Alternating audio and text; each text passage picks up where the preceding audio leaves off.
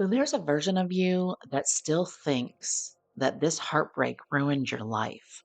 And it's not because you consciously believe that anymore, but because some part of you still revisits it like it's a crime scene. You're still replaying the conversations, still trying to understand what changed. You're still wondering why someone who once felt so connected to you could suddenly become a stranger. And your future self needs you to hear this today.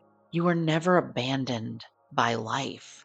You were just being redirected because most relationships are not designed to last forever. Some people enter your life the way storms enter the ocean, not to stay, but to change the shape of you. And I know that's hard to hear when the pain is so real because your future self keeps showing me that this wasn't just a disappointment for you. It cracked something open inside of you. It changed the way that you saw love, the way you saw yourself, the way you trusted people, maybe even the way that you trusted life. But what if the relationship didn't fail?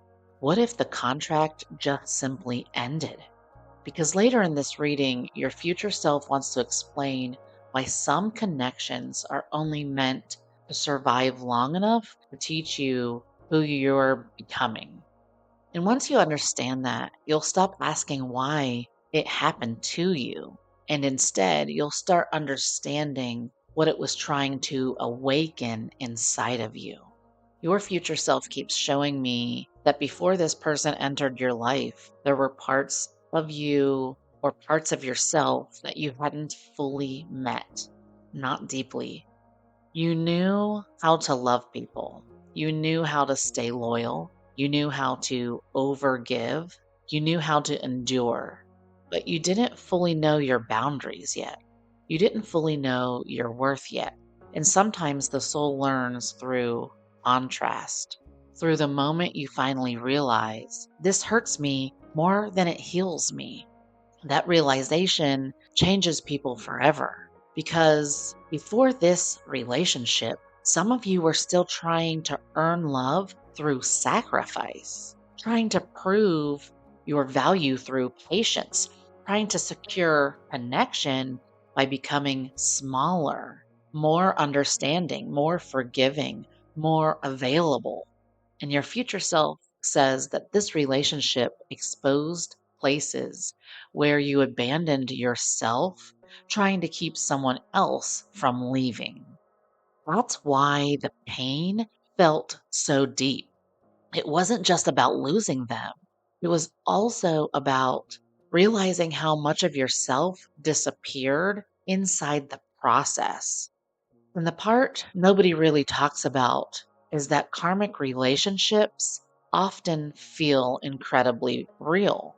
They're intense, they're familiar, they're magnetic. Like you might feel like you've known this person forever because, in a strange way, your soul has. And it's not necessarily in the fantasy version that people romanticize online, but in the sense that your spirit recognized, hey, this person is going to change me.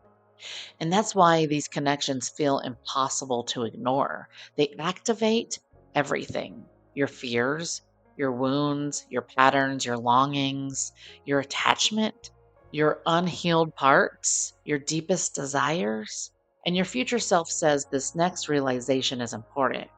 The relationship was never only about them, it was revealing you to yourself. But most people never stay still long enough to understand that part because the moment the relationship ends, they panic. They distract themselves, they rebound, they obsess, they chase closure, they numb themselves, they blame other people entirely, and anything to avoid sitting with this lesson. And your future self says that's why so many people repeat the same heartbreak with different faces, with different names, but the same wound. Because the universe will repeat a lesson until the soul finally understands it. And some of you already know exactly what your lesson was. You just haven't admitted it fully. For some of you, the lesson was self worth, learning that love shouldn't require self abandonment. For some of you, the lesson was boundaries, understanding that access to you is not automatic. For others, the lesson was emotional availability, realizing you kept choosing emotionally distant people because deep intimacy scared you too. And your future self says something profound happened during this heartbreak. You stopped romanticizing certain behaviors. Things you once tolerated now exhausts you. Mixed signals, half efforts, emotional inconsistencies, being loved only when it's convenient. Your nervous system cannot romanticize confusion anymore. That's growth, even if it came through pain. And your future self wants to talk about something else now, something a little deeper, because part of you still secretly believes that you failed, especially when you see them moving on, especially when time passes, especially when the intensity fades and all that's left is the silence. But listen carefully. A relationship ending does not automatically mean it was meaningless. Some people are soul catalysts. That means they arrive, they activate transformation, and they leave once the awakening begins. Not because you're unlovable, but because the lesson completed itself, kind of like mission complete. Your future self keeps showing me a graduation ceremony, not a funeral. And I know your human side struggles with that idea because human love wants permanence. It wants guarantees. It wants forever. It wants certainty and security. But soul growth is different. Sometimes the people who hurt us the most are the ones who introduce us to the version of ourselves we were meant to become. And that doesn't always happen through comfort. Many times, maybe even most times, it comes through confrontation, through trials. And before you misunderstand this, your future self is not saying pain is romantic or that unhealthy behavior should be excused. Not at all. Some people absolutely hurt you unfairly. Some people projected their wounds onto you. Some people lacked emotional maturity. Some people broke things they never deserved access to. Even painful experiences contain transformation.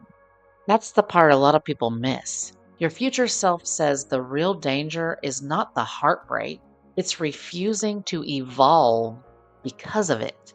Because heartbreak can either deepen someone or harden them. And your future self says there was a period where you almost became emotionally closed off forever. You almost stopped believing in connection. You almost stopped trusting your intuition. You almost stopped believing softness was safe. But something inside of you survived anyway. That matters more than you realize because some people go through heartbreak and become colder versions of themselves forever. Your soul kept searching for meaning. That's why you're here. That's why this message found you. Because your spirit is trying to transform the wound into wisdom instead of identity. And this next part might be the biggest lesson of all. Your future self says you were never meant to build your identity around being chosen. You were meant to build it around knowing yourself. And that changes everything. Because people who don't know themselves often chase relationships hoping that someone else will define their worth. Karmic relationships destroy that illusion, and they do it painfully. They force you to go inward. They force you to meet yourself. They force you to heal. Forces you to question why certain dynamics felt familiar in the first place. And your future self keeps asking one question. Why did chaos feel like love to you? Sit with that for a minute. Why did chaos feel like love to you. Because some of you grew up around inconsistency, emotional unpredictability, walking on eggshells, conditional affection, unstable attention. And I am speaking about myself here too. So your nervous system learned if I have to earn it, it must be valuable. But healthy love does not constantly make you prove your worth. Healthy love feels safe enough for your spirit to rest. And I think part of your awakening right now is realizing how tired you became trying to maintain relationships that your soul was quietly suffering inside. That realization changes who you attract next. Because once someone truly learns self respect, their energy changes. They stop begging, they stop chasing, they stop over explaining, they stop trying to convince people to love them properly. And your future self says this shift is already beginning inside of you. Even if it feels subtle, even if some nights still hurt, even if part of you still misses them, healing does not mean you stop suddenly feeling. It means the feeling stops controlling your identity. And that's different. And your future self wants to explain something that most people never realize until years later. The relationship ending was not the transformation. Your response to the ending is. That's the real crossroads. Because this experience could have made you bitter, could have made you cynical, closed off, emotionally unavailable. But instead, you started becoming more aware, more intentional, more emotionally honest. You started noticing patterns, your triggers, your fears, your needs. That awareness is changing your future in ways you can't fully see just yet. Because people who truly learned the lesson stopped acting the same cycles. Not because life is just magically perfect, but because their standards evolve. Their energy evolves, their self respect evolves. And your future self is showing me that there's a version of you ahead who no longer confuses chemistry with alignment. That version of you moves slower, it listens deeper, it trusts intuition faster, it leaves sooner when something feels wrong or off, and no longer mistakes emotional intensity for soul connection. That version of you is peaceful, not because life is easier, but because you become wiser. And I think that's the part your current self struggles to understand. You think healing means returning to who you were before the heartbreak, but your future self says, no, no, no, no, no. You were never meant to go backward. You were meant to become someone new. Someone more awake, someone more grounded, someone more emotionally free. And strangely enough, one day you may even feel grateful for that relationship ending. Not because it didn't hurt, but because without it, you might never have met yourself this deeply. And that's what karmic relationships do. They introduce you to the unconscious parts of yourself that your soul came here to heal. And once the lesson is learned, the cycle ends. Maybe not in a dramatic way, but quietly. You simply just stop desiring what once destroyed your peace. That's how you know that you've changed. Your future self says there will come a moment where you look back at this heartbreak and you realize it was the beginning of your awakening and not the end of your story. You'll realize the breakup wasn't punishment. It was redirection, not rejection, but realignment. Because the relationship was never only about love, it was also about evolution, about becoming, about waking up emotionally. And maybe that's why your soul called this person in to begin with.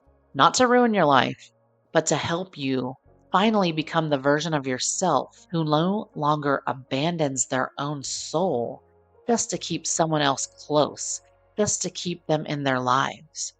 And when that lesson fully lands, when you finally understand it, you stop chasing karmic love because you finally become someone who's ready for peace instead. Until next time, stay magnetic, friends.